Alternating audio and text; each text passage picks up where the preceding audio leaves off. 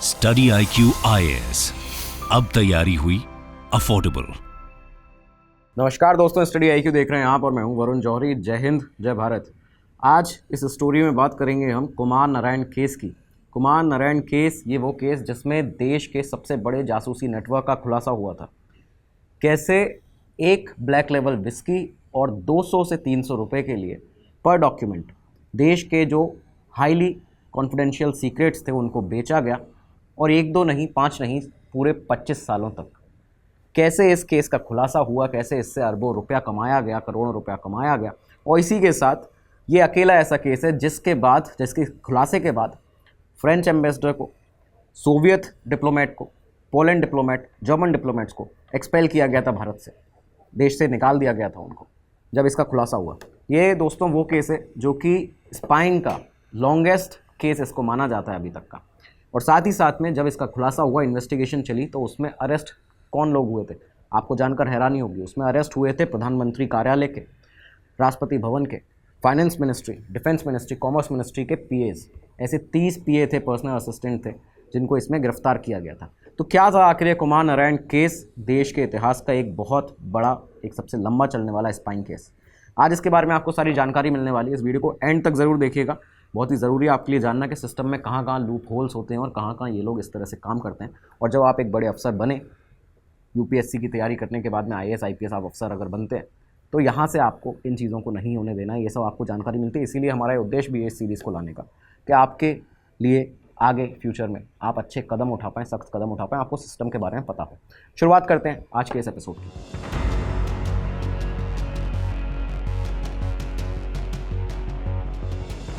तो दोस्तों शुरुआत होती है, US जब भारत का इंडिया न्यूक्लियर प्रोग्राम चल रहा था, उस समय से ही भारत के अंदर जासूस बनाने के लिए बहुत ज़्यादा चाह रखता था और वो जासूस यहाँ पे बनाना चाहता था। रिपोर्ट्स कई बार ऐसी आई कि कई टेलीफोनिक कन्वर्सेशंस थी जो हाईली क्रूशियल इन्फॉर्मेशन जिनमें थी, उनको सुनने के लिए वो एबल था, वो सक्षम था, उसमें सुन पा रहा था, लेकिन कभी भी कोई ह्यूमन सोर्स वो नहीं बना पाया इस दौरान, ना ही एटॉमिक एनर्जी कमीशन में, ना ही इसरो के अंदर। तो कोई ह्यूमन सोर्स US का नहीं था। लेकिन सिर्फ US अकेले ऐसा देश नहीं था जो कि भारत के अंदर ऐसे जासूस बनाना चाहता था। यहाँ पे फ्रांस उस समय, जर्मनी, पाकिस्तान, कई सारे ऐसे देश से थे जो कि सीक्रेट इन्फॉर्मेशंस लेने के लिए, उनको लीक कराने के लिए यहाँ पे ह्यूमन सोर्सेज को रखना चाहते थे भारत के अंदर। और ऐसे कई सारे भारत के लोग भी थे जो कि गद्दार बाद में साबित भी हुए। ऐसे कई सारे गद्दार थे जो देश के सीक्रेट्स बेचने के लिए आमादा थे। एक तरह से वो देश के सीक्रेट्स अपने प्रॉफिट के लिए बेच भी सकते थे। ऐसा ही एक शख्स हुआ कुमार नारायण। कुमार नारायण जिसका जन्म होता है 1925 में केरला के पलक्कड़ डिस्ट्रिक्ट में, पलक्कड़ डिस्ट्रिक्ट के वडकनचारी, ये जो इलाका है वहाँ पे इसका जन्म होता है। मूल रूप से जो पूरा परिवार था कुमार नारायण का, ये केरला से ही केरल का रहने वाला था। लेकिन 1950 के दशक के बीच में बताया जाता है कि ये लोग मद्रास गए, मद्रास से फिर से वापस कोचिन गए, और कोचिन से फाइनली ये लोग दिल्ली में आके बस जाते हैं। दिल्ली में ये परिवार इनका रहना शुरू करता है। जब कुमार नारायण की उम्र हुई 18 साल, तब 18 साल की उम्र में उसको पहली उसकी नौकरी मिली। ये नौकरी मिलती है इंडियन आर्मी पोस्टल सर्विस में हवलदार के तौर पर। यहाँ पे काम करना शुरू करता है। काम किया कुछ समय, और इसके बाद में बताया जाता है कि अगली जो नौकरी मिली थी वो मिली थी दिल्ली के अंदर ही फॉरेन मिनिस्ट्री में, विदेश मंत्रालय के अंदर। अब ये विदेश मंत्रालय के अंदर स्टेनोग्राफर की पोजीशन पे काम करने लगा। यहाँ काम करता है। 1955 आता है, और 1955 में जब 30 साल की करीबन कुमार नारायण की उम्र थी, तो उसको एक महिला मिलती है, गेटी जिसका नाम था। गेटी से बाद में शादी कर लेता है और गेटी का नाम चेंज करके गीता रख दिया जाता है। अब यहाँ पे इसकी शादी भी हो चुकी थी। इसी समय कुमार नारायण, ये जो 1955 का समय बताया जाता है, बताते हैं कि मंत्रालय की तरफ से इसको चाइना ही भेजा गया था। चाइना भी ये कुछ काम से गया था। चाइना से वापस आने के बाद इसने वहाँ से अपना जो मंत्रालय का जॉब था इसको छोड़ा, और दूसरे मंत्रालय में जो कि फाइनेंस मिनिस्ट्री, कॉमर्स मिनिस्ट्री थी, फाइनेंस एंड कॉमर्स मिनिस्ट्री, यहाँ पर काम करना शुरू कर दिया। यही वो समय था जब पहली बार उसको P गोपालन मिले थे। P गोपालन, ये नाम आप याद रखिएगा, आगे जाके इस केस में आपको पता चलने वाला है। P गोपालन से यहाँ पे इसकी फाइनेंस एंड कॉमर्स मिनिस्ट्री में मुलाकात होती है। अब ये जो दशक आ चुका था, ये 1960 का साल था, और ये वो साल था जब अचानक से कुमार नारायण ने अपनी ये गवर्नमेंट सर्विस जो थी, जो उसका गवर्नमेंट जॉब था, सडनली उसको छोड़ दिया। जॉब छोड़ के मुंबई की एक कंपनी होती थी उस समय पे, engineering and trading company, Maniklal and company, ये यहाँ पे इस कंपनी को ज्वाइन कर लेता है। SLM मानिकलाल बेसिकली इस कंपनी का नाम था। SLM का मतलब Swiss locomotive and machine works. और यहाँ पे ये जो कंपनी थी, ये मैन्युफैक्चर करती थी डीजल इंजन्स को, जो वाटर रिंग पाइप्स होते हैं, जो वाटर रिंग पंप्स होते हैं, ब्लोअर्स होते हैं, इनको मैन्युफैक्चर यहाँ पे करती थी। इस कंपनी को यहाँ पे ज्वाइन कर लेता है और इस कंपनी का SLM मानिकलाल का दिल्ली में भी एक दफ्तर था 16 हेली रोड पे। 16 हेली रोड पे यहाँ पे इसका दिल्ली में दफ्तर हुआ करता था। कुमार नारायण ने रीजनल मैनेजर के पद पे इस कंपनी को यहाँ ज्वाइन कर लिया। अब ये कॉर्पोरेट कल्चर में आ चुका था। वाइफ के साथ में पहले दिल्ली के निज़ामुद्दीन एरिया में रहना शुरू करता है और ये जो 16 हेली रोड पे इसका ऑफिस था वहाँ पे आना जाना इसका लगा रहता था। जैसे ही कुमार ने ये जो कंपनी थी इसको ज्वाइन किया था, ये नोटिस किया गया सडनली कि इस कंपनी के जो काम थे वो ईस्टर्न यूरोपियन कंट्रीज़ में बहुत ज़्यादा तेज़ी से बढ़ने लगे। ये देखा गया वहाँ पे कि ये जो फर्म थी ये डील करने लगी लगातार सोवियत यूनियन में और ईस्टर्न जो यूरोपियन कंपनीज थी उनके साथ में, कंट्रीज़ के अंदर, ठीक है। साथ ही साथ यहाँ पे कुछ ऐसी जगह थी जहाँ पे बहुत ज़्यादा इनकी डील्स होती हैं, जिसमें बल्गेरिया, चेकोस्लोवाकिया, सोवियत यूनियन और वियतनाम शामिल थे। ये सारी चीज़ें चलती हैं, लेकिन ऐसा क्यों हो रहा था सडनली कुमार के ज्वाइन करने के बाद में? क्योंकि दोस्तों कुमार नारायण दुनिया भर में अपनी इस कंपनी को, जिसका वो रीजनल मैनेजर था, इसको दुनिया भर में फैलाने के लिए, उसकी ब्रांचेज अलग अलग जगह बनाने के लिए, प्रॉफिट के लिए भारत के सीक्रेट्स बेचना शुरू कर चुका था। दोस्तों इस वीडियो में आगे बढ़ने से पहले सिर्फ एक ज़रूरी अनाउंसमेंट आप लोगों के लिए। देखिए स्टडी IQ का पहली बार कम्युनिकेशन एंड स्टोरी टेलिंग का एक बैच आया है आपके लिए और यहाँ पे इस बैच में आपको ना सिर्फ ये सिखाया जाता है कि अपनी बात को रखना कैसे है, बिजनेस स्टोरी टेलिंग कैसे करनी है या फिर स्टोरी टेलिंग कैसे करनी है, आपको रिसर्च करना भी सिखाया जाता है कि आखिर कैसे अपने कंटेंट को क्रिएट करते हैं। कंटेंट क्रिएटर्स के लिए बहुत अच्छा बैच है ये और यहाँ पे कई सारी अलग अलग क्लासेज हैं जो आपको मिलती हैं। एक प्रॉपर डिज़ाइन बैच है, properly dedicated to story telling and research. तो ये आप लोगों के लिए यहाँ पे हाजिर है और इसके लिए आपको VJ Live कोड लगाना होगा। इस वीडियो को डिस्क्रिप्शन में लिंक आपको मिल जाएंगे। VJ Live कोड लगाते ही आपको बहुत बड़ा डिस्काउंट मिलता है उस रेट पे और बहुत ही अफोर्डेबल प्राइस में आप अपने करियर के लिए एक बहुत बड़ा कदम उठाएंगे। साथ में याद रखिएगा और जो लिंक्स हैं, अगर आप UPSC की CSE की तैयारी करना चाहते हैं, कर रहे हैं, IAS IPS ऑफिसर बनना चाहते हैं, तो यहाँ पे आपके लिए कई सारे नीचे आपको बैचेस मिल जाएंगे स्टडी IQ IAS के। और इसी के साथ उन बैचेस पे भी आपको VJ Live कोड लगाना है, जिससे कि आपको किसी भी बैच पे सबसे बड़ा डिस्काउंट यहाँ पे इस कोड के साथ में मिलता है, ठीक है। तो ये आप ज़रूर याद रखिएगा, आप अपने एक बड़ा डिस्काउंट तो लेंगे, साथ ही साथ अपनी तैयारी को बहुत ज़्यादा मजबूत भी बनाएंगे। तो वापस से चलते हैं अपने एपिसोड पे। आप समझिए कि आखिर ये कुमार नारायण ऐसा कर कैसे रहा था। देखिए क्या करता था कि इसकी पहले से जान पहचान थी फॉरेन मिनिस्ट्री में, अलग अलग मिनिस्ट्रीज़ में, डिफेंस मिनिस्ट्री में, PMO में, राष्ट्रपति भवन में। तो यहाँ के जो कर्मचारी होते थे कि जो उसकी पहले से जान पहचान थी, उसके सहारे ये उन कर्मचारियों को अपने 16 हेली रोड वाले दफ्तर में, SLM मानिकलाल जो कंपनी थी उसके दफ्तर में यहाँ पे बुलाता था। और इसके बाद बताते हैं ये कि यहाँ पे ब्लैक लेबल विस्की के चलते, ब्लैक लेबल विस्की पे पैग पीते हुए, साथ ही साथ में 200 से 300 रुपये देते हुए पर डॉक्यूमेंट, ये जो भी हाईली क्लासिफाइड डॉक्यूमेंट हुआ करते थे, जो हाईली कॉन्फिडेंशियल सरकारी ब्रीफिंग्स हुआ करती थी मीटिंग्स की, उनके डॉक्यूमेंट्स को यहाँ से इन कर्मचारियों से ले लेता था। और इसके साथ ही जब ये लोग ये जो विस्की थी पीते थे उस टाइम पे उसको, तो उसके बाद उसी दौरान में जो इसका प्यून था ऑफिस का नारायण के, वो जाके पास ही के एक फ़ोटोकॉपी की शॉप से जाके उन डॉक्यूमेंट्स को, जो कि ओरिजिनल कॉपी ये कर्मचारी जो अलग अलग मिनिस्ट्रीज़ के थे वो लाते थे इसके पास, वो उनको जाके उनकी फ़ोटोकॉपी करा के फाइनल जो ओरिजिनल डॉक्यूमेंट था वो कर्मचारियों को वापस कर देता था, जो भी पैसे उनके बंदे होते थे उसके हिसाब से। तो ये चीज़ यहाँ पे चल रही थी। लेकिन अब जब ये नेटवर्क इसका बड़ा होने लगा तो अपने खुद के ऑफिस में एक फ़ोटोकॉपी मशीन रख ली कुमार नारायण ने। तो बेसिकली आप ये समझ सकते हैं कि ये आदमी कर क्या रहा था। ये अपने जो पुराने कनेक्शंस थे उसके, उनके बदले उन लोगों को यहाँ पे कर्मचारियों को बुलाता था, जिसमें PA भी कई सारे थे, जिसमें प्यून थे, कई ऐसे ऑफिस असिस्टेंट थे मिनिस्ट्रीज़ के, प्रधानमंत्री कार्यालय के, उन लोगों को यहाँ पे बुला के उनसे सीक्रेट डॉक्यूमेंट निकलवा रहा था। ये सीक्रेट डॉक्यूमेंट कई सारे होते थे, जिसमें डिफेंस के बारे में जानकारी होती थी, मिनट टू मिनट ब्रीफिंग्स के बारे में जानकारी होती थी, कॉमर्स इंडस्ट्री की जानकारी होती थी, शिपयार्ड्स की जानकारी होती थी, जो भी कॉन्फिडेंशियल हाईली कॉन्फिडेंशियल इन्फॉर्मेशन है, ये सारे डॉक्यूमेंट इसको यहाँ पे लोग देते थे। ऐसे सैकड़ों डॉक्यूमेंट्स थे, ये यहाँ पे कुमार नारायण को मिलने लगे। इसने अपना नेटवर्क भी बहुत बड़ा बना लिया था और ये अपने नेटवर्क के कुछ लोग थे, इसके 2 से 3 लोग, जिनको ये हैंडओवर करता था। ये बाद में कोर्ट के पेपर्स में भी सामने आया, ये बताया भी गया है कि ये जो इन्फॉर्मेशन थी, कुमार नारायण क्या करता था, इसको लेने के बाद में इन कर्मचारियों से, सरकारी कर्मचारियों से, इस इन्फॉर्मेशन को लेने के बाद एक और सरकारी कर्मचारी को इन्फॉर्मेशन देता है जिसका नाम था HN चतुर्वेदी, और पर डॉक्यूमेंट 1000 रुपये पर डॉक्यूमेंट, ये आप देख लीजिए कि 70 और 80 के दशक की बात हो रही है, 1000 रुपये पर डॉक्यूमेंट के रेट पर ये इन डॉक्यूमेंट्स को यहाँ पे HN चतुर्वेदी को देता था। और चतुर्वेदी जो थे वो असिस्टेंट थे मिनिस्ट्री ऑफ कॉमर्स के अंदर। वो क्या करते थे यहाँ से, क्योंकि 12 साल से जानते थे नारायण को, ये भी सामने आया जब उन्होंने देखा कि ये जो पूरा गेम है, जो ये बहुत बढ़ता जा रहा है, अब ये नेटवर्क भी हमारा बढ़ता जा रहा है और काम अच्छे से चल रहा है इन लोगों का। इस बीच में इन्होंने, चतुर्वेदी ने, 2 और लोगों को साथ में शामिल किया। एक था अग्रवाल और एक था जैद का। जैदका और अग्रवाल ये दोनों अलग अलग मिनिस्ट्रीज़ में काम करते थे और इन दोनों की मदद से अब ये क्या करने लगे थे, ये सारी खुफिया इन्फॉर्मेशन पॉलिश इंटेलिजेंस एजेंसी थी दिल्ली में, उसके स्टेशन चीफ थे जैन हबेरका, उनको देते थे। ईस्टर्न एम्बेसी के ओटो विकट को दिया जाता था। Deputy military attaché of French embassy Alan Bolly को दिया जाता था। और सबसे इम्पोर्टेंटली अगर आप यहाँ पे देखें तो गेनेडी वॉमिन, जो कि सोवियत यूनियन के केजीबी रेजिडेंट थे दिल्ली के अंदर, यानी कि स्टेशन चीफ थे दिल्ली के अंदर, उनको ये इन्फॉर्मेशन सारी भारत की पास हो रही थी। तो आप ये देखिए कि इसमें सिर्फ एक देश शामिल नहीं था, इसमें कई सारे देश शामिल थे यहाँ पे, और ये सारी इन्फॉर्मेशन लगातार ये लोग पास कर रहे थे। एक और वाक्य इस केस का आप देख लीजिए, कोर्ट के जो पेपर्स थे उसमें से इस वाक्य को लिया गया है और ये पूरा दर्ज है, डॉक्यूमेंटेड है। ये वाक्य को इस तरह से है कि वी के पलानी स्वामी, जो कि सीनियर पीए थे मिनिस्ट्री के अंदर, ministry of shipping and transport के अंदर, ठीक है, जॉइंट सेक्रेटरी जो शिपिंग के थे उनके साथ में वो करीबन 1980 से ही काम कर रहे थे। इस बीच में क्या होता है कि 1980 के सेकेंड हाफ में ही एक मूर्ति नाम का शख्स इनसे मिलने आता है वी के पलानी से, ये जो मिनिस्ट्री ऑफ शिपिंग और ट्रांसपोर्ट थी इसके अंदर मिलने आता है और वो कहता है कि आपके जो जॉइंट सेक्रेटरी हैं उनसे अपॉइंटमेंट चाहिए मेरे बॉस के लिए। ये जो मूर्ति नाम का शख्स था ये आया था SLM मानेकलाल से, SLM मानेकलाल, और उसको भेजा था कुमार नारायण ने यहाँ भेजा था जॉइंट सेक्रेटरी से मुलाकात करने के लिए। लेकिन क्योंकि जॉइंट सेक्रेटरी जो थे वो बिजी थे उस समय, तो उसे अपॉइंटमेंट यहाँ पे नहीं मिल पाई। अपॉइंटमेंट नहीं मिलती, वो वापस जाता है। कुमार नारायण मूर्ति से कहता है कि उस शख्स को फ़ोन करो जो तुम्हें वहाँ पे मिला था।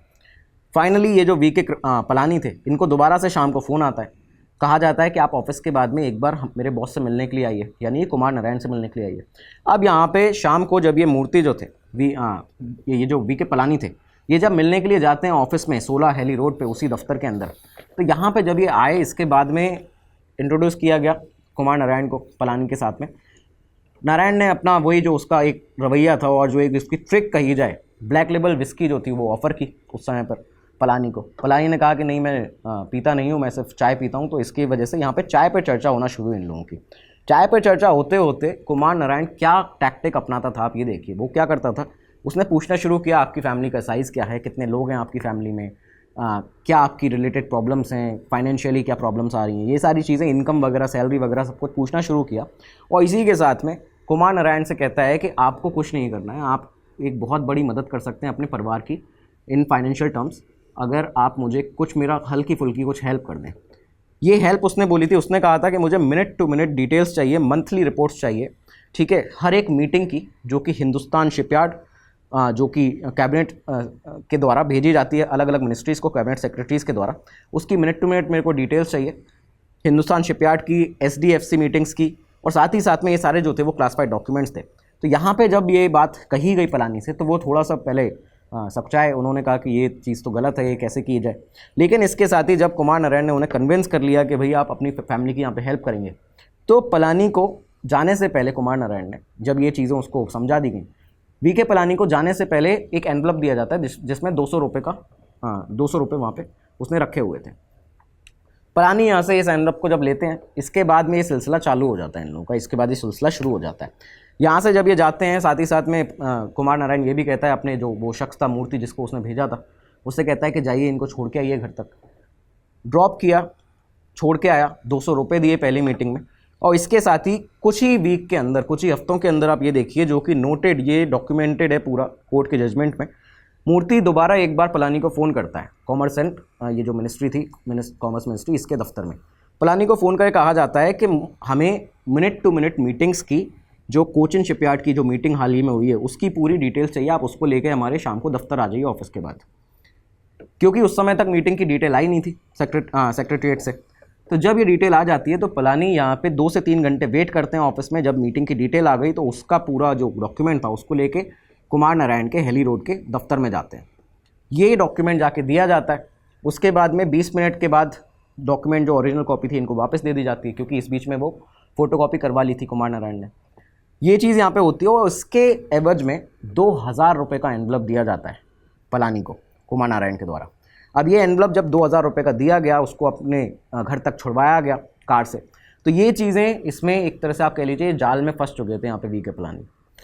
इसके साथ अगले महीने, उसके अगले महीने फिर ये दौर ऐसा शुरू हुआ कि हर महीने ये कम से कम 2 बार विज़िट करते थे कुमार नारायण के दफ्तर में, कई अलग अलग सीक्रेट डॉक्यूमेंट्स इसमें देते थे उसको, और इसी के साथ में ये सिलसिला इनका शुरू हो चुका था।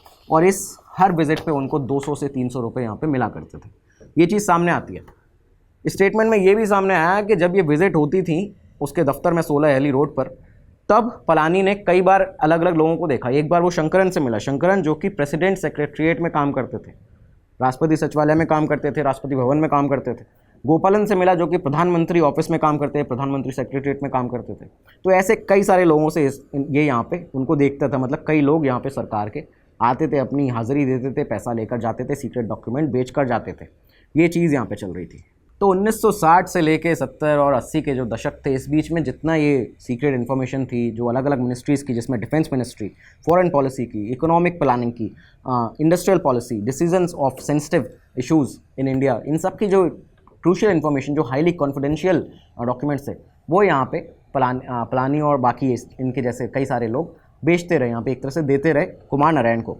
क्या होता है इसमें, कुमार नारायण ने इस बीच में इतना पैसा कमा लिया था कि उसने डिफेंस कॉलोनी में, जहाँ पे कई सारे रिटायर्ड ऑफिसर्स रहते हैं, रिटायर्ड सर्विस ऑफिसर्स पहले से रहते हैं, वहाँ पे अपना एक घर ले लिया था। साथ ही साथ में वहाँ पे वो खुद रहता था और उसकी जो वाइफ और जो 2 डॉटर्स थी, जो 2 बेटियाँ थीं जिनको अडॉप्ट किया गया था, इन दोनों को 3.5 एकड़ का एक फार्म लिया हुआ था महरौली के अंदर दिल्ली में, वहाँ पर रखता था। तो ये लोग वहाँ रहते थे। CIA और ISI को भी कई सारे डॉक्यूमेंट यहाँ पर दिए गए कुमार नारायण के द्वारा, ये भी सामने रिपोर्ट्स आई। फ्रेंच एजेंसीज़ को दिए गए डॉक्यूमेंट्स, और जिसके एवज में फ्रेंच एजेंसीज़ ने, फ्रेंच सरकार ने क्या किया था यहाँ पे कि कुमार नारायण की जो कंपनी थी, ये बताते हैं कि उसको $multi-million के रिवॉर्ड्स दिए गए थे, $multi-million के काम दिए गए थे। तो ये एक पूरा कॉर्पोरेट एक स्पाइंग नेक्सस देखिए किस तरह से यहाँ पे चल रहा था देश के अंदर। ये सब चीज़ें चलती हैं। करीबन इसमें 30 अलग अलग मिनिस्ट्रीज़ के जो PAs थे, कर्मचारी थे, वो सब शामिल थे। ये सब काम यहाँ पर चलता है। अब क्या था कि ये साल 1984 आ चुका था। पिछले करीबन 15 सालों से डिफेंस कॉलोनी में ये जो शख्स था कुमार नारायण, ये यहाँ पे रह रहा था। कई सारे रिटायर ऑफिसर्स भी यहाँ पे रहते थे। कुमार नारायण की कंपनी की हिस्ट्री सडनली लोगों के जो एजेंसीज थी उनकी नज़र में आने लगी। ये क्यों आई थी? क्योंकि ये जो कंपनी थी सडनली इसने बहुत ज़्यादा राइज़ किया था। इसका जो एक फाइनेंशियल अगर शीट्स देखी जाएँ तो बहुत करोड़ों का मुनाफा ये अचानक कमाने लगी थी। ये इस तरह सामने आता है कि सबसे बड़े कॉन्ट्रैक्ट इस कंपनी को मिल रहे थे। साथ ही साथ में बड़ी बात ये थी कि ईस्टर्न ब्लॉक कंट्रीज़ हैं, वहाँ पे जाके सबसे ज़्यादा इनको डीलिंग्स इनकी हो रही थी। ठीक है, 1976 से 77 के बीच में मानिकलाल ये जो कंपनी थी, इसके सेल्स जो थे वो 4.69 करोड़ ये सेल्स थी। 77 से 78 के बीच में सेल जो थी वो जंप करती है 10 करोड़ 90 लाख से 11 करोड़ के बीच में। इसके बाद 83 और 84 जो आया फाइनली ये जो साल, उस बीच में इसकी सेल जो जंप की थी वो 23.94 करोड़ तक जंप की गई थी। तो ये सारे रिकॉर्ड अचानक से सामने आते हैं। और ये जो भी मोस्टली सक्सेसेस थी इस पूरी कंपनी की, जो कि कुमार नारायण के एक पूरा नेक्सस था सरकारी कर्मचारियों के साथ में, उसके तहत ये स्पाइंग जो डॉक्यूमेंट थे, भारत के सीक्रेट डॉक्यूमेंट, उनको साझा कर रहे थे बाकी देशों के साथ में, और उसकी वजह से अपना जो डिस्ट्रीब्यूशन था कंपनी का वो बाकी देशों में फैला रहे थे, बाहर दुनिया भर में, और भारत के लिए एक तरह से बहुत बड़ी दगा भारत के साथ धोखेबाजी कर रहे थे। तो ये देखा गया कि जितनी भी सक्सेसेस थी वो ईस्टर्न ब्लॉक कंट्रीज़ के अंदर थी, और साथ ही साथ में टेक्सटाइल मशीनरी के कई सारे इनको डील्स हुई USSR में, बल्गेरिया में, चेकोस्लोवाकिया और वियतनाम में। ये चीज़ें जब सामने आती हैं तो इसी बीच IB की, इंटेलिजेंस ब्यूरो की नज़र पड़ जाती है इस कंपनी के ऊपर कि सडनली ये जो कंपनी इतना ज़्यादा राइज कैसे कर रही है। IB की नज़र पड़ी, इन्वेस्टिगेशन शुरू हुई 1984 सितंबर के महीने में। 1984 सितंबर के महीने में इन्वेस्टिगेशन शुरू हुई, और इसके बाद IB को एक नेटवर्क का पता भी चल चुका था नारायण के। उन्हें पता चल चुका था कि यहाँ पे कुछ तो ये बड़ी गड़बड़ यहाँ पे सामने कर रहा है। प्रधानमंत्री थी इंदिरा गांधी, उनको बताया गया, लेकिन प्रधानमंत्री इंदिरा गांधी जैसे इस पर कुछ सख्त कदम उठाती, उन्होंने कह भी दिया था कि आप PMO के सारे कर्मचारियों के ऊपर और बाकी अलग अलग मिनिस्ट्री के कर्मचारियों के ऊपर नज़र रखिए, उनकी रेकी करिए, सर्विलांस करिए, और देखिए इसको हमें रंगे हाथों पकड़ना होगा। लेकिन अगले ही महीने आप सभी जानते हैं अक्टूबर के अंदर 1984 में इंदिरा गांधी की मौत हो जाती है, उनका कत्ल कर दिया जाता है, असैसिनेट कर दिया जाता है। ये यहाँ पे हुआ देश में। तो इस केस के अंदर कुछ ज़्यादा किया नहीं जा सकता उस समय, लेकिन उसके बाद जब राजीव गांधी प्रधानमंत्री बनते हैं, उन्हें IB ने बताया, उन्होंने कहा कि इस समय क्योंकि इलेक्शंस आने वाले थे, तो ये उन्होंने इस चीज़ को एक तरह से टाल दिया गया आगे के लिए। लेकिन फिर वो दिन आता है 16 जनवरी 1985 का। 16 जनवरी 1985 का दिन आता है, और ये वो दिन था जब कुछ बड़ा होने वाला था, और जब ये जो पूरा नेटवर्क था ये एक्सपोज होने वाला था। तो 16 जनवरी 1985 का दिन आता है, और इस दिन पर कुमार नारायण जो था अपने डेली रूटीन के हिसाब से, जो एक रूटीन हुआ करता था उसका कि सुबह अपने ऑफिस अपने डिफेंस कॉलोनी के घर से 16 हेली रोड जाना, उसके बाद में 16 हेली रोड से मेहरौली आना, जो फार्म हाउस था उसका 3.5 एकड़ का, वहाँ पे अपनी वाइफ और बेटियों के साथ में लंच करना, लंच के बाद में कुछ देर आराम करना और फिर वापस से अपने 16 हेली रोड दफ्तर में SLM मानिकलाल के दफ्तर में पहुँच जाना। यही रूटीन था, यही वो करने वाला था। लेकिन इस दिन क्या था कि एक उसकी मीटिंग भी थी। ऑफिस पहुँचता है जो दोपहर के समय। मीटिंग जो होने वाली थी वो थी पूकट गोपालन से, पी गोपालन से, जिनके बारे में हमने आपको एपिसोड के पहले बताया था। पी गोपालन जो थे वो उस समय प्रधानमंत्री राजीव गांधी के जो पर्सनल सेक्रेटरी हुआ करते थे, प्रिंसिपल सेक्रेटरी हुआ करते थे, PC अलेक्जेंडर, उनके सीनियर पर्सनल असिस्टेंट थे, सीनियर PA थे। तो पी गोपालन PC अलेक्जेंडर के पर्सनल PA थे, ठीक है, सीनियर PA थे। यहाँ पे जो गोपालन थे वो बेसिकली जाने वाले थे कुमार नारायण के दफ्तर में PMO के 3 सीक्रेट डॉक्यूमेंट्स लेकर। 3 सीक्रेट डॉक्यूमेंट लेकर यहाँ से निकलते हैं, हेली रोड पे उस दफ्तर में पहुँचते हैं। और पहुँचने के बाद नारायण ने जैसे वो हमेशा करता था, ब्लैक लेबल विस्की का पैक बनाया, अपना एनवलप उसका रेडी था, ये सब चीज़ें यहाँ पे रखी हुई थी और ये लोग पैग ये जो थे वो पी रहे थे उस समय। उस दौरान ही दिल्ली पुलिस क्राइम ब्रांच की और IB की एक टीम, जिसमें 15 से 20 ऑफिसर करीबन थे, वो यहाँ पे हेली रोड के इस दफ्तर में कुमार नारायण के अचानक से रेड कर देते हैं। अचानक से वहाँ पे जाके पहुँच जाते हैं और इन लोगों को रंगे हाथों पकड़ लेते हैं। यहाँ पे जब IB के ऑफिसर्स पहुँचे, उन्हें 3 ऐसे और डॉक्यूमेंट्स मिले, सीक्रेट डॉक्यूमेंट, जो कि हाईली कॉन्फिडेंशियल थे उस दफ्तर से, जो कि मिनिस्ट्रीज़ के थे। साथ ही साथ में ये जो डॉक्यूमेंट लेके आए थे पी गोपालन, ये भी मिला और इसी के साथ इन लोगों को यहाँ पे पकड़ लिया जाता है। FIR दर्ज की जाती है तिलक मार्ग पुलिस स्टेशन में। तिलक मार्ग पुलिस स्टेशन में जाके IB ने जो FIR दर्ज की थी ऑफिशियल सीक्रेट एक्ट के तहत, यहाँ पे ये इस पे चार्ज दर्ज होता है और रंगे हाथों इन लोगों को यहाँ पे पकड़ लिया गया था।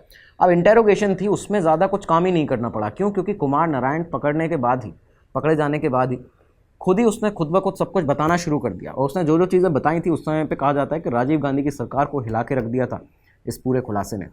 पूरे देश भर में सनसनी हो गई थी कि आखिर कैसे इतने सीक्रेट डॉक्यूमेंट और पता नहीं क्या क्या डॉक्यूमेंट्स जो थे भारत के, जो राज थे, वो अभी तक पूरे दुनिया भर के अलग अलग देशों में जा रहे थे और देश उन्हें ले भी रहे थे। तो ये सारी चीज़ें यहाँ पे जैसी सामने आई, इसके बाद ही धरपकड़ शुरू हुई, अलग अलग लोगों को पकड़ना शुरू हुआ। अब आप देखिए इसमें पकड़े कौन कौन गए, इसमें किन किन लोगों को जाके सीधा IB ने और जो पुलिस की टीम थी वो लोग जिनके चौखट तक पहुंची, जिनके घर तक पहुंची। राष्ट्रपति के प्रेस सचिव के सहायक S शंकरन, PC अलेक्जेंडर के निजी सचिव TN खेर, रक्षा मंत्रालय के जगदीश अरोड़ा, PM सचिवालय के 2 सहायक और वित्त मंत्रालय के 1 वरिष्ठ सहायक को गिरफ्तार किया गया। यहाँ पे ये पूरा नेक्सस इस तरह से चल रहा था। अगले दिन प्रधानमंत्री ने डिसाइड किया, जब उनको ये पता चला है पूरे एक्सपोज के बारे में, इस खुलासे के बारे में, ये कितने लोग पकड़े गए इसके बारे में, प्रधानमंत्री ने डिसाइड किया कि एक मीटिंग बुलाई जाएगी, अर्जेंटली एक इमरजेंसी मीटिंग बुलाई जाए CCPA की। और यहाँ पे जो हरि आनंद भंडारी थे IB के उस समय के डायरेक्टर, उनको ही बुलाया गया। ये पूरी मीटिंग हुई और इसमें एक डिसीजन लिया गया कि PM अब अनाउंस करेंगे जितने भी 3 एम्बेसी के 4 एम्बेसी के जो ये लोग हैं, यहाँ पे इनको, इनके स्टाफ को वापस भेजा जाएगा इनके देशों में, ये यहाँ पे अब भारत में नहीं रह सकते। तो ये चीज़ यहाँ पे डिसाइड की जाती है। संसद में भी प्रधानमंत्री राजीव गांधी ने इसके बारे में, जासूसी नेटवर्क के बारे में नारायण के पूरा बताया था। संसद के अंदर खड़े होकर उन्होंने बताया था कि किसी भी फॉरेन एजेंसी का नाम यहाँ पे उन्होंने नहीं लिया, लेकिन इसके बारे में बता दिया था पूरे संसद में। कंपनी के जो मालिक थे SLM मानिकलाल के, ये जो मैनेजिंग डायरेक्टर थे योगेश मानिकलाल, इनको भी यहाँ पे गिरफ्तार किया गया। और बताया जाता है कि जिस दिन गिरफ्तार किया गया था उसी दिन पे चेकोस्लोवाकिया में एक मशीनरी सप्लाई के लिए इनकी 14 करोड़ रुपए का एक कॉन्ट्रैक्ट उन्होंने साइन किया था, उसका एक डील हुई थी।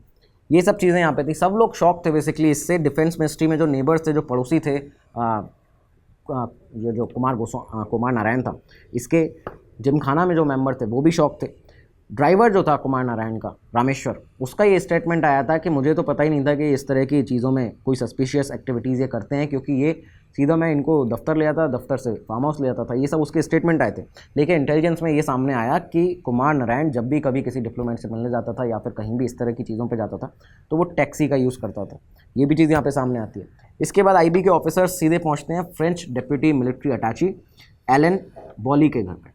एलन बॉली के घर पे फ्रेंच एम्बेसी में जो वो उस समय पे थे वहाँ पे पहुँचा जाता है। उनके घर पे उनको ले जाके उनका सामान पूरा पैक करवाया जाता है और एयर फ्रांस की फ़्लाइट में उन्हें बिठा के सीधा देश से बाहर भेज दिया जाता है। कह दिया जाता है उनसे कि अब वापस भारत मत आ जाना, वापस आपको भारत नहीं आना है, आप इसमें संलिप्त पाए गए हैं। ये सब चीज़ें होती हैं। इसके बाद जो जैन हेबेरका थे, दिल्ली में रिप्रेजेंटेटिव थे पोलिश इंटेलिजेंस एजेंसी के, इनको और साथ ही साथ में जर्मन जो ईस्ट जर्मनी की HVA के ऑटो विकर थे, इन दोनों को भी एक्सपेल कर दिया जाता है भारत से। ये सारी चीज़ें होती हैं। फ्रेंच एम्बेसडर को एक्सपेल नहीं किया गया, लेकिन वहाँ पे 1 महीने के अंदर ही उन्हें देश छोड़ने के लिए कह दिया गया था। तो ये भी चीज़ यहाँ पे हुई। एक हैरान कर देने की बात यहाँ पे ये थी कि केजीबी के जो रेजिडेंट यहाँ पे थे, जो स्टेशन चीफ यहाँ पे थे, उनके ऊपर कोई कार्रवाई नहीं की गई। उनसे ना ये कहा गया कि आपको देश छोड़ के जाना है, ना ही उनको एक्सपेल किया गया। तो ये एक बड़ी ही चौंकाने वाली बात इस इतने बड़े खुलासे में सामने आती है। तो केजीबी के रेजिडेंट को, जो स्टेशन चीफ थे, उनको आखिर क्यों यहाँ पे उनके ऊपर कोई कार्रवाई नहीं की गई, इसको आप कमेंट सेक्शन में ज़रूर बताइएगा। आप लोगों की राय भी बहुत ज़्यादा महत्वपूर्ण है यहाँ पे। लेकिन इसके बाद आगे बढ़ते हैं। ये जो इन्वेस्टिगेशन थी करीबन 5 से 6 महीने चलती है, आईबी की, दिल्ली पुलिस की, क्राइम ब्रांच की। 3 मार्च 1986 को फाइनली यहाँ पे दिल्ली पुलिस थी, उसने अपनी कोर्ट में जो चार्जशीट जो पेश की थी, चार्जशीट करीबन ये पूरी गवर्नमेंट की, आईबी की जो चार्जशीट ओवरऑल थी 2100 पन्नों की चार्जशीट यहाँ पे पेश की जाती है। 188 विटनेसेस को यहाँ पे कोर्ट ने उनको देखा था, उनकी बयान सुने थे। ये सारी चीज़ें यहाँ पे होती हैं और फाइनली जो चार्जशीट दायर हुई, इसके बाद में क्या हुआ, तमाम सारे एलिगेशंस अलग अलग लोगों पे लगने लगे। पीसी एलेक्जेंडर जो खुद प्रिंसिपल सेक्रेटरी थे पीएम के, उन्हें अपना पद छोड़ना पड़ा। क्यों? उन्होंने अपनी रिस्पॉन्सिबिलिटी लेके क्योंकि ये पद को छोड़ा था, क्योंकि उनके खुद के ऑफिस का, उनके खुद के स्टाफ के उसमें एक बड़ा सिक्योरिटी लैप्स हुआ था। उनके पर्सनल सेक्रेटरी, उनके पर्सनल असिस्टेंट जो मल्होत्रा थे, जो कि प्राइवेट सेक्रेटरी थे एनटी खेर, ये सभी यहाँ पे, इवन क्लर्क और प्यून भी जो थे वो भी यहाँ पे कॉम्प्रोमाइज़ हुए थे, उनको भी यहाँ पे दोषी पाया गया था। ये सारी चीज़ें होती हैं। पीसी एलेक्जेंडर ने रिज़ाइन किया और इसके साथ ये जो केस था, इसमें एक ऐसा बड़ा टर्न आया। आप ये देखिए कि कुछ सालों तक, कुछ समय तक ये जो कुमार नारायण था, इसको गिरफ्तार रखा जाता है, ये अरेस्टेड था। ये केस जो था वो चलने लगा, इसके बाद लंबा चलने वाला था, किसी को नहीं पता था कि ये कितना समय तक चलेगा। लेकिन कुमार नारायण को जो अरेस्ट किया गया था, कुछ समय बाद उसको बेल मिल जाती है और बेल मिल जाने के बाद उसने एक और अपना फार्म हाउस खरीदा था। ये बड़ी ही दिलचस्प, एक तरह से चौंकाने वाली बात है। सैनिक फार्म्स के अंदर एक और उसने अपना फार्म हाउस यहाँ पे खरीदा कुमार नारायण ने, और ये बेल मिलने के बाद में, जेल से निकलने के बाद में खरीदा था, इतने बड़े केस के अंदर। और इसके बाद में क्या हुआ कि कई सारे अलग अलग केसेस जो भारत में लंबे पेंडिंग रहते हैं, चलते रहते हैं, ऐसा ही कुछ इस केस के साथ भी होने वाला था। इतने हाई प्रोफाइल केस के साथ 17 सालों तक ये केस चलता है। साल 2002 में फाइनली एक फैसला आता है जिसमें 13 लोगों को दोषी पाया गया। मानिकलाल कंपनी के जो मैनेजिंग डायरेक्टर थे योगेश मानिकलाल, उनको सबसे ज़्यादा सज़ा हुई थी। इसमें 14 साल की उनको कारावास दिया गया था, सज़ा सुनाई। बाकी जो 12 लोग थे, जो अलग अलग मिनिस्ट्रीज़ के थे, राष्ट्रपति भवन के थे, पीएमओ के थे कर्मचारी, इन्हें 10-10 साल की अलग अलग कारावास की सज़ा सुनाई गई। और इस पूरी प्रक्रिया के बीच में आप ये देखिए कि जो मेन आरोपी था कुमार नारायण की साल 2000 में ही मृत्यु हो चुकी थी। तो उसे यहाँ पे एक तरह से कुछ बड़ा जो एक उस पर दोषी उसको बड़ा पाया जाना था, उसको सबसे बड़ी सज़ा होनी चाहिए थी, वो भी सज़ा उसको यहाँ पे नहीं हो पाई, क्योंकि साल 2000 में ही उसकी इस केस के लगातार ये जो चलता रहा केस साल दर साल, उसके बीच में ही उसकी मृत्यु यहाँ पे हो चुकी थी। तो दोस्तों, ये था आज का केस, जो कि भारत का अब तक के सबसे बड़े जासूसी नेटवर्क को जिसमें एक्सपोज किया गया था। कई अलग अलग देशों का इसमें नाम शामिल हुआ था, जिसमें ये लोग स्पाइंग करवा रहे थे। यहाँ पे जो भारत के सीक्रेट्स थे उनको 20 से 25 सालों तक आउट किया गया दुनिया भर में। पता नहीं किस किस तरह के सीक्रेट जो हमारे भारत के थे, जिनसे कितना नुकसान भारत को हुआ होगा, वो सब यहाँ पे गया। और इसी के साथ आप ये देखिए कि कितना गलत है कि जो सरकारी कर्मचारी जो कि मिनिस्ट्रीज़ में पोस्टेड है, सचिवालय में, प्रधानमंत्री कार्यालय में पोस्टेड है, उन लोगों ने भारत के साथ किस तरह से गद्दारी की कि वहाँ से जो सीक्रेट डॉक्यूमेंट हैं वो निकाल के एक ब्लैक लेबल विस्की के लिए 200-300 रुपये के लिए उस समय पर, इन चीज़ों के लिए यहाँ पे पूरे देश की सिक्योरिटी को कॉम्प्रोमाइज़ किया इन लोगों ने। तो ये आज का केस था। उम्मीद है आपको ये एपिसोड पसंद आया होगा। इसके बारे में ज़रूर अपनी राय बताइएगा कि आखिर केजीबी के जो रेजिडेंट जो एजेंट थे, जो कि यहाँ पर डिप्टी स्टेशन चीफ थे केजीबी के, सोवियत यूनियन के, उन्हें आखिर क्यों यहाँ नहीं किया गया, उनके ऊपर कोई कार्रवाई क्यों नहीं की गई। तो अपनी और भी राय यहाँ पे बताइएगा, अपने सवाल पूछेगा, अगले एपिसोड में आपके सवालों को भी बिल्कुल लिया जाएगा। और साथ ही साथ में एक बार इस वीडियो को डिस्क्रिप्शन में जाके सारी डिटेल्स चेक करिएगा। स्टोरी टेलिंग का जो कोर्स है उसकी भी, यूपीएससी के जो कोर्सेज आपको दिए जा रहे हैं उनकी भी, बड़े से बड़ा आप यहाँ पर डिस्काउंट पा सकते हैं सिर्फ वीजे लाइव कोड लगा के। ये आपका कोड, इसको आपको याद रखना है। बड़ा डिस्काउंट तो मिलेगा ही, अपनी तैयारी को मजबूत बनाएंगे और हमारी बहुत सी शुभकामनाएं आपके साथ हैं। अब मिलेंगे अगले एपिसोड में, तब तक के लिए दीजिए इजाज़त। नमस्कार, धन्यवाद, जय हिंद, जय भारत। स्टडी IQ IAS, अब तैयारी हुई अफोर्डेबल।